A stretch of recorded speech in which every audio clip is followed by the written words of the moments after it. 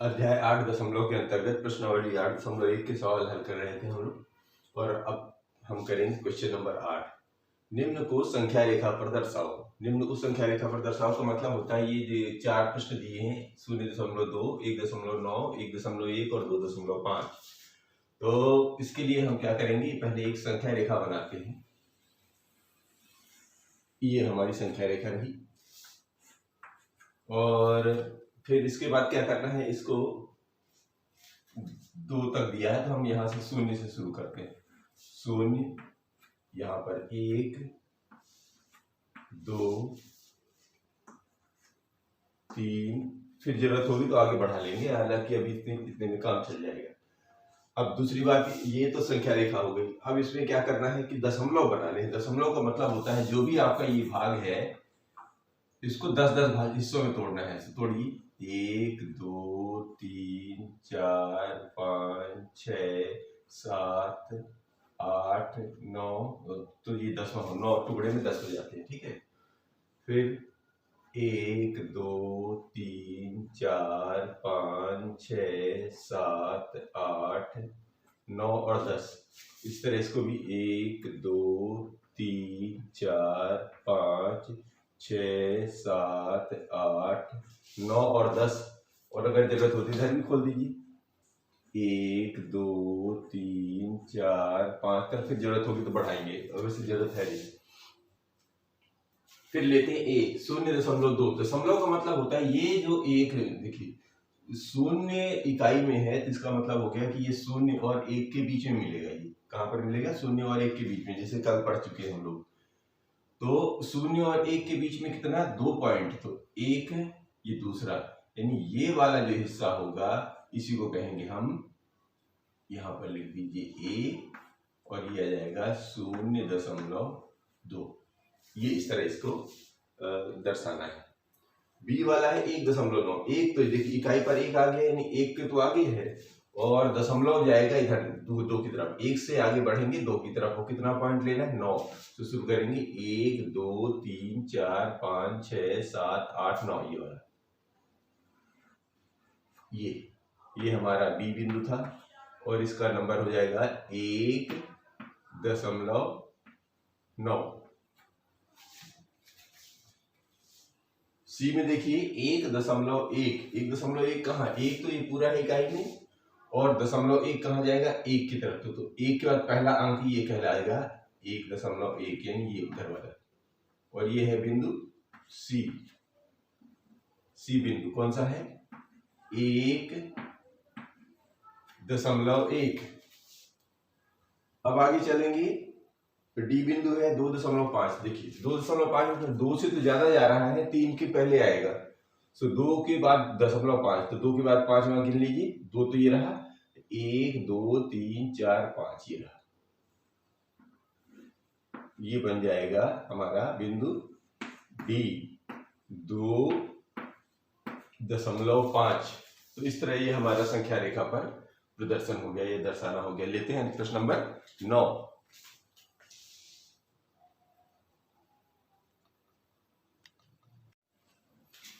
9वां number लेते हैं कि दी हुई संख्या रेखा पर स्थित ए बी सी डी बिंदुओं के लिए दशमलव संख्या लिखिए।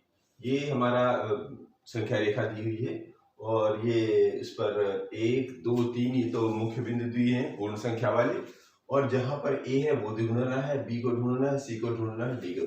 देखिए ए कहाँ है? 0 और 1 के बीच में है, तो ए के लिए कितना हो जाएगा? 1, 2, 3, 4, 5, 6, 7, 8।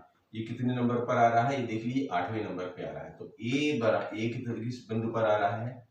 0 और 1 के बीच में, यानी 8वें नंबर पर आ रहा है। तो 0.8, यानी ए बिंदु कहाँ पर आया?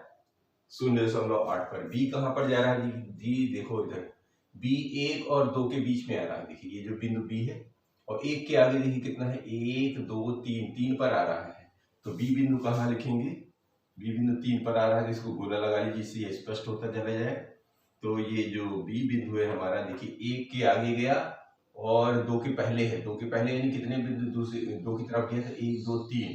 तो 1 तो पूरा है, और ये 3 बिंदु और आगे गया है, मतलब 3 दशमलव के 3 बिंदु आगे की तरफ गया है। सी ढूंढिए कितना है, ये पूर्ण संख्या 1, ये रही 2, सी गया है 2 और 3 के बीच में, कितना आगे है 1 और 2, यानी यहाँ पर 2 के आगे 2 बिंदु, तो ये लिखेंगे 2 तो पूरा पूरा है ही, और कितने बिंदु आगे गया है 2, दशमलव के 2 बिंदु आगे गया है, तो ये है सी जो है 2.2 हो जाएगा। डी कहाँ गया है जी, देखो 2 और 3 के बीच में है, और ये गिन लो कौन से 9 है, 1 2 3 4 5 6 7 8 9, 9वें नंबर पर है, यानी 2 तो पूरा पूरा है ही, और दशमलव में कितनी आगे बढ़ा है, ये 9 बढ़ा है, तो ये 2.9 से, ठीक है। संख्या रेखा पर बिंदु की संख्या लिखिए, तो ये 2.9 संख्या है। इस तरह हम देख के बता सकते हैं कि किस संख्या पर क्या है। अब इसी का लेते हैं प्रश्न नंबर 10।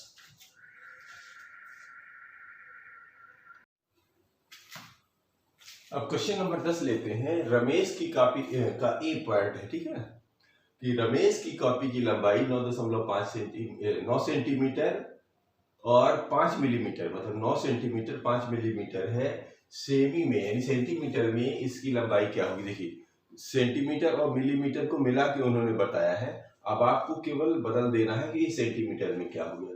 तो पहले लिखिए कॉपी की लंबाई, यहाँ पर लिखेंगे रमेश की कॉपी की लंबाई, रमेश की कॉपी की लंबाई कितनी है 9 सेमी और 5 मिली, ठीक है, ये तो इनकी लंबाई है। अब क्या करना है, इसको बदलना है सेंटीमीटर में, तो इसको कैसे लिख सकते हैं, इसको मैं बराबर को यहाँ पर थोड़ा सा इसको इधर शिफ्ट करता हूँ, तो इसको हम ऐसे लिख सकते हैं 9 सेमी में 5 मिमी जोड़ देना है, ठीक है। अब 5 मिलीमीटर को सेंटीमीटर में बदलने का क्या तरीका सीखा था हम लोगों ने, 9 सेंटीमीटर तो ये पूरा ही रहेगा, सेंटीमीटर को तो बदलाव नहीं करना है। 5 मिलीमीटर में 1/10 का अगर हम गुणा कर देते हैं तो यही चीज जो है सेंटीमीटर में बदल जाती है।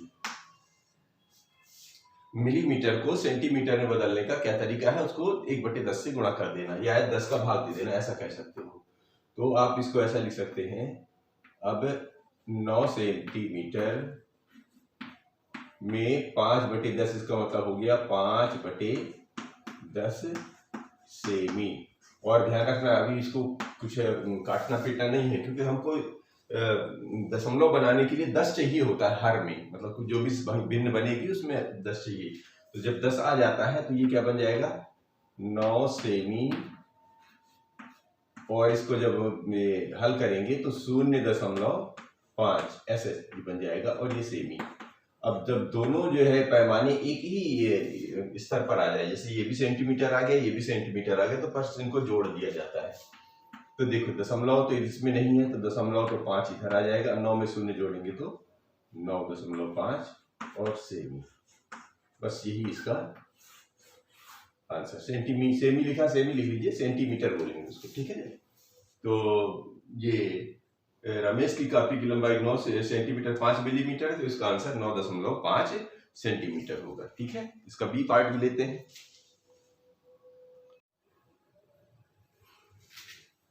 दसवें का बी है, चने के एक छोटे पौधे की लंबाई 65 मिलीमीटर है, मिमी मतलब मिलीमीटर है, और इसकी लंबाई सेंटीमीटर व्यक्त कीजिए। तो कर देते हैं, तो लिखेंगे पौधे की लंबाई, पौधे की लंबाई किसमें दी हुई है मिलीमीटर में, तो लिख लेते हैं 65 और मिमी माने मिलीमीटर, ठीक है। अब क्या कह रहे हैं, इसकी लंबाई सेंटीमीटर में व्यक्त कीजिए। तो लंबाई सेंटीमीटर व्यक्त करने के लिए क्या तरीका है, इसी 65 को 1/10 से गुणा कर दीजिए, तो ये बन गया सेंटीमीटर में,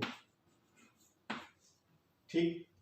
अब 65/10 का मतलब हो गया 65 गुणे 1/10 का मतलब हो गया 65/10, और अब ये सेमी में आप इसका नाम लिखेंगे, ठीक है।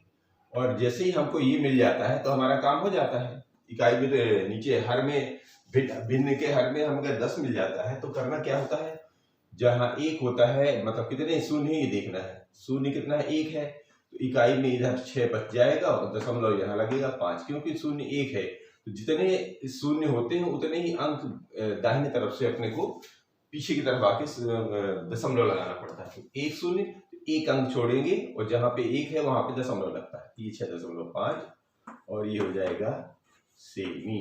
इस तरह ये हमारा इसका चने के पौधे की लंबाई का आंसर आ जाएगा। तो ये प्रश्नावली 8.1 यहाँ पर खत्म होती है और फिर मिलते हैं अगले प्रश्नावली के साथ अगले वीडियो में।